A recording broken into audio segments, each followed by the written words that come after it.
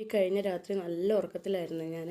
അപ്പോൾ മോനും എന്നെ കെട്ടിപ്പിടിച്ച് നല്ലപോലെ കരയുക. അപ്പോൾ ഞാൻ ചോദിച്ചു എന്നാ പറ്റിയേ, എന്താ പറ്റിയെന്ന് ചോദിച്ചു. അന്നേരം പറയുക അപ്പ ഇല്ലാത്തന്നെ സങ്കടം വരും, അപ്പനെ വീഡിയോ കോൾ വിളിച്ചായിട്ട് എനിക്ക് പേടിയാണ് കിടന്നുറങ്ങാനായിട്ട്, ഞാൻ ഉറങ്ങൂല അമ്മീന്ന് പറഞ്ഞു. അപ്പം ഞാൻ പറഞ്ഞു വേണ്ട നമുക്ക് രാവിലെ വിളിക്കാം. സമയം നോക്കി കഴിഞ്ഞപ്പോൾ 1 മണി കഴിഞ്ഞു. അപ്പോൾ ഞാൻ പറഞ്ഞു ഇപ്പം എങ്ങനെ വിളിക്കണം, അപ്പോൾ കിടന്നുറക്കമായിരിക്കുമെന്ന് പറഞ്ഞു.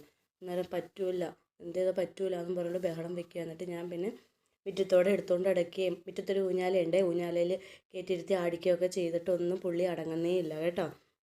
എന്നിട്ട് വിളിച്ചു, അപ്പനെ വിളിച്ചു. വിളിച്ചപ്പോഴത്തേനും അപ്പം എടുത്തു, വീഡിയോ കോൾ വിളിച്ചപ്പോഴത്തേനും അപ്പം എടുത്തു. അപ്പോൾ പറഞ്ഞു അപ്പോൾ മിഠായി മേടിക്കാനുള്ള പൈസയ്ക്കല്ലേ വന്നേക്കണേ, മിഠായി മേടിക്കാനുള്ള പൈസ അയക്കുമ്പോൾ അപ്പോൾ ഓടി വരാൻ കേട്ടോ എന്ന് പറഞ്ഞു.